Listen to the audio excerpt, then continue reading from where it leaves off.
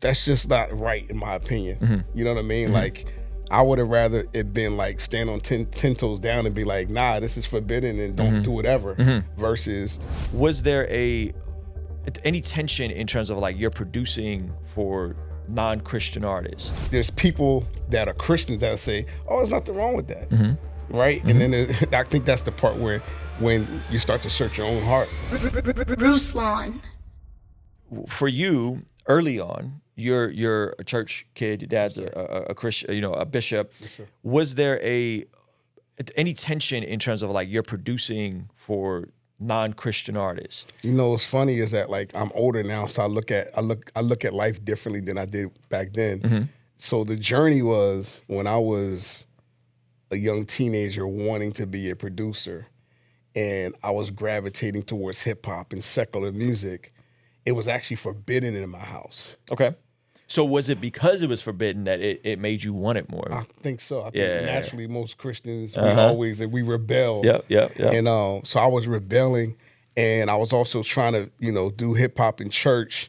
And the more I did it, the more, and then when I started to actually make money from it, then it's like that's when everything got received. So now I look back and I'm like, oh, that's just not right in my opinion. You know what I mean? Like, I would have rather it been like stand on 10 toes down and be like, nah, this is forbidden and don't do whatever, versus, okay, now we cool with it. Some checks rolling in, some tithes coming in, offers coming in, we good now, right? So I feel differently now. Yeah. Now that I'm older and I look back and I'm just like, man, like it just makes me like wonder and question a lot of things in certain churches. Yeah. I'm assuming as you got older and as you got more established, you could speak into the content more of the music that was being made. But was there any stuff back then that you produced that you were like, ooh, man, some of this content, some of the stuff that's being said in the record, not necessarily like, is it labeled Christian, is it labeled secular, is it hip hop, is it R&B, but like, oh man, there was some stuff said over your music that if you go back, you go, I'm uncomfortable with it. I made positive music, like, lyrically, like all the music that I've been a part of. I think it was, 90.9% positive.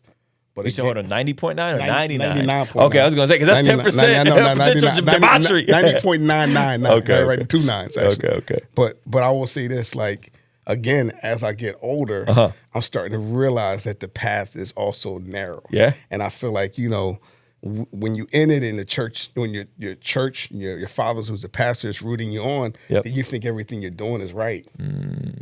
That's a degree. I mean, we people deal with. There's a degree of pragmaticism. Like, it's pragmatic in the sense that because something is successful, therefore the Lord must be in it and He must be cool with it. And sometimes things can be successful, and God may not all the way be in the how. Right? The why might be like, hey, I want to glorify God with my gifts to produce and make music, but that some of the how might be. But a little, is it glorifying God? Is it? Yeah, is it glorifying God? Yeah, that becomes that question that even I struggle with sometimes, right? Because it's like, even now, like if I was there to call from like Justin tomorrow, and he's like, yeah, man, I really need you to be part of my project, I would think, the natural instinct, my natural producer instinct, but like, yeah, let's get it. That's my natural thing. But now the spirit side of me be like, hold on, is it line up? Is it line up where I'm at in my life? Are we going to be able to make the music that's going to be able to line up where I'm at with my life? And that came from maturity. And by the way, it's maturity, but I'm not going to sit here and lie. It's a struggle. It's a thing that I wrestle with daily, right? Because it's like there's people that are Christians that say, oh, there's nothing wrong with that, right? And then I think that's the part where when you start to search your own heart, and it's like, man, and I'm just like, I'm at that crossover. I'm like, I just want to hear God's voice and know that I'm on the right path. Yeah. Because what I don't want to be is I don't want to be like, yeah, nah, because it's just good and the lyrics is good and ain't nothing really, so I'm okay. Yeah. You know what I'm saying? Justified. Like, now I don't want to be justified because I don't want to be judged on that either. Like I fear that. I fear that moment, like that the world ends and God is judging you. Like, nah, but you knew in your heart that it was wrong, but you kept choosing to do wrong. Yeah. I know of a handful of producers, but one in particular, a close friend of mine, who primarily sustained himself with producing for all the local non-Christian artists. And they weren't just non-Christian. I mean, this is some straight like debauchery, some straight street money, some trafficking money, like, and they were sustaining themselves. And to them, they compartmentalized because they started going to church and they were kind of working through their faith. And they were like, man, I see this more as a job. And then what happened is when they would come work with us, at the time it was the Breaks, and it became the Dream Junkies. It was like, man, I'm just happy to be working with some Christians. Like, I'm just happy to be producing on Christian records. So I'll do whatever y'all want. By the way, that's how I saw it my whole life. My whole life was like, well, what's the difference? And when I would have these conversations, I'll say, well, what's the difference with the person that's working at a 7-Eleven and selling cigarettes or liquor? They're working at a 7-Eleven. Or what's the difference of a person that's working at a casino, right? And they're behind a blackjack table and someone's, gambling. That's how I looked at it. I'm like, well, they're not the one that's doing wrong. It's the person that's actually the drinker that's doing wrong. It's the person. And I feel like if I have to find that much in it, then something's wrong.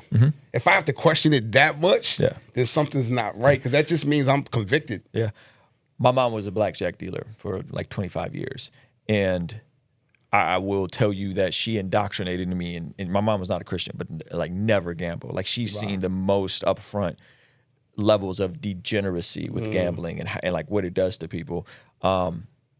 However, there was a window of time where she recently came to the faith, but about 15 years ago, she started kind of going to a church, and the first thing they hit her with was, hey, you can't work at a casino. And she's like, wait a minute, like, what do you mean I can't work with a casino? Like, this is all I know.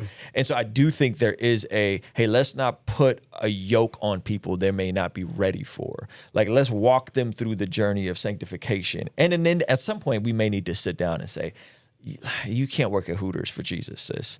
You can't deal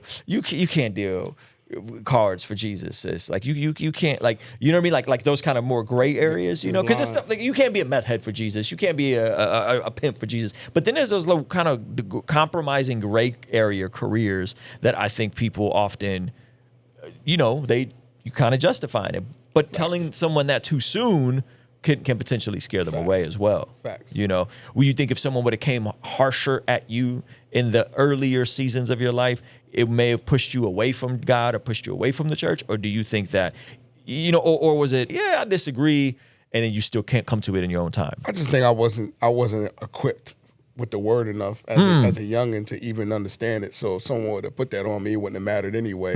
I would have had the wisdom. I wouldn't have had the knowledge to be able to accept it properly. But I feel like whenever I've heard of Dark Child, I've always known you were a Christian. Yeah, but there's another gray line, right? Like, a lot of us call ourselves Christian, right? But what does that really mean? Like, right? To be Christ-like. So to be Christ-like is Christ producing "Say My Name"? Is Christ, producing, As Long As You Love Me, or Telephone for Lady Gaga? So, so I don't, I would consider myself a Christian if someone said, why do you consider yourself Christian? I'd be like, because I separate myself from a lot of worldly things. Like, I don't go to clubs, I don't drink, I don't do all these things. But the bottom line is that doesn't mitigate the fact that I was a sinner and sinned all of these years. No matter what, no matter how many times I called myself a Christian, I still lived in sin. In what ways? In many ways. It's just in life, from women to not.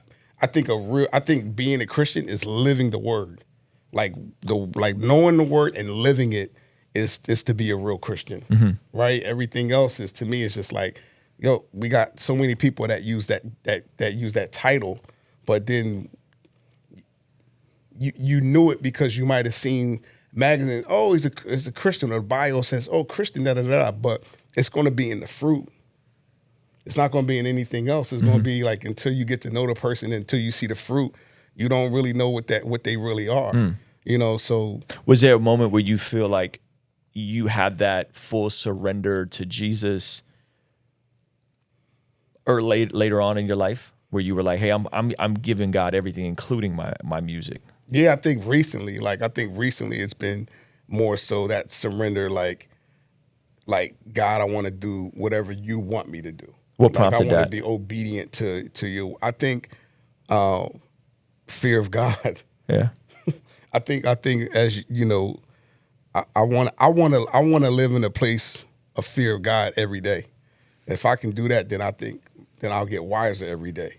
So, and I don't think I lived like that before. I think I was just making music, having fun, just being Rodney and growing and having fun and just like, that's just what it is. But then you get older into a point where it's like, I got 4 kids, my wife, and, you know, I want to be a great example to people. And I also see something in the Christian hip hop space, Christian R&B space. I see all these spaces and I'm like, man, like they need someone to help them as well on many levels, not just the music side, but many levels spiritually. You know? Hey, thanks for checking out that clip. If you want to see this full podcast before it goes out on YouTube, consider signing up for a free 7-day trial on Patreon. You get to see this entire podcast before anyone else does. You get access to our daily after party streams after they get taken out from YouTube. And right now, this month only, we're giving you guys 20% off our Bless God shop. So here's a little teaser of what else is in this Rodney Jerkins podcast. Don't want to miss it. All right. Did you know that the mastermind producer behind Michael Jackson, Beyonce, Whitney Houston, Justin Bieber, Destiny's Child, the Pussycat Dolls, Lady Gaga, Black Eyed Peas, Mariah Carey, Sam Smith, SZA, and Maroon 5 is actually a devoted follower of Jesus? And the profound conversations about faith he's had with these massive names may shock you. I remember when I worked with Michael Jackson, he called me out the blue and was like, I need you to pray for me. And I was like, okay, let's do that right now. He's like, no, I want to come where you are. So I flew out and sat down in studio with Rodney Jerkins, also known as Darkchild. He's produced multiple songs that defined generations. Billboard #1 records that were massive multi-platinum moments. Grammys on Grammys on Grammys. But behind all the fame and flashing lights, he's a Christian in the heart of the secular music machine. So how does he reconcile working in such a dark industry? Whenever I've heard of Darkchild, I've always known you were a Christian. Yeah, but there's another great line, right? Like a lot of us call ourselves Christian. Was there any tension in terms of like you're producing for non-Christian artists? I think I tasted it all, seen it all, and I know it's better. Yeah. I know God has better. You're Solomon in Proverbs. Like I can't tell which season you're in terms of you having experienced the peaks of what the world has to offer. Then Rodney actually flipped it, pressing me about the intricacies and ins and outs of Christian YouTube, such as why do I talk about celebrities, many of which he knows. I always wanted to know, like, as I watch different podcasts and I watch different Christian podcasts specifically, why the emphasis is on secular artists. Rodney Jerkins is pressing me right now on Christian YouTube. Ruslan.